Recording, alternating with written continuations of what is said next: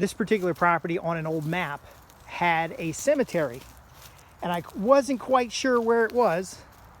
And so I saw an old marker back here. It's a property marker.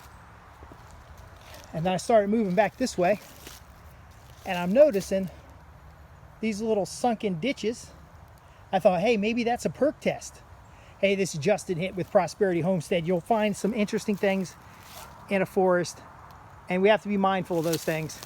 These little sunken areas have a marker at the top of them. This is I'm not going to give you the names, but there's a name on the marker. And then there's another marker over there. So let me step across here. And we have another marker here, and I'll get the names off of that marker as well. So these little sunken areas are actually graves. And so we're going to have to be careful about this area. There's another one right there. And there seems to be a walkway in between. So this area out here definitely was road. That's what the satellite said. So we haven't exhumed any on accident. But going down this little path here, the other little ditches off to the side here,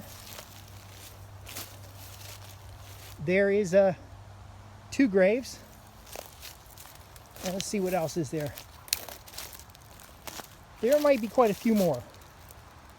Now, of course, the sunken areas don't necessarily mean that there were people buried here, except the sunken areas with a grave marker above it. But I don't see any gravestones. I just do notice that the trees in this little section are a little bit bigger. You see the trees right there? A little bit bigger than what's cut down around it. So we might do a little metal detecting and find these graves. Oh, and then here's a stone. Okay, there's a stone that's kind of out of place here. And another stone over there. Okay, so what do? You've got a piece of property and you find a cemetery on it. Okay, first off, a lot of folks believe that that's bad luck. Somebody's been buried there. Now we're going to disturb their graves. Well, first thing you do is you don't disturb the graves. Out of respect for the families and folks that are here, we're actually restore the area, put a fence around it. Now the reason we do that is respect for the elders that were here on the property. But again, it's going to have to be a little bit of scavenger hunt. There's a block here. There's a block there. There. And so what I'll do is I'll photograph this area. It's not a super high priority, but I'll photograph the area. We're cording it off, and we won't do any disturbance here. Once we can get a better idea of whether there is a cemetery here, how many bodies are here, then we might clear out some of the big trees and make it a little bit more nice, easier to maintain. So, but things that give you clues, these stones are kind of head to toe, and then there's a couple more. So there's an odd line. Of course, that stone is out of place, but there's an odd line of stones up this way. And here we go. Here's another. And here's another marker. See? These are plates. So there's some stones here and a marker. Stone and a marker. So we have a couple rows of stones laid out here. And we have some markers. Now, what do you do if the family comes along and says, hey, we have a family plot back there, and we'd like to bury somebody? Well, you need to make sure it's legal.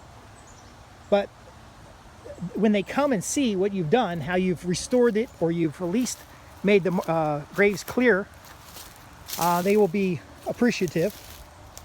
Then again, maybe nobody will ever come. But there's from this stone down here and that marker all the way up here, there's a cemetery. So we will definitely try to figure out.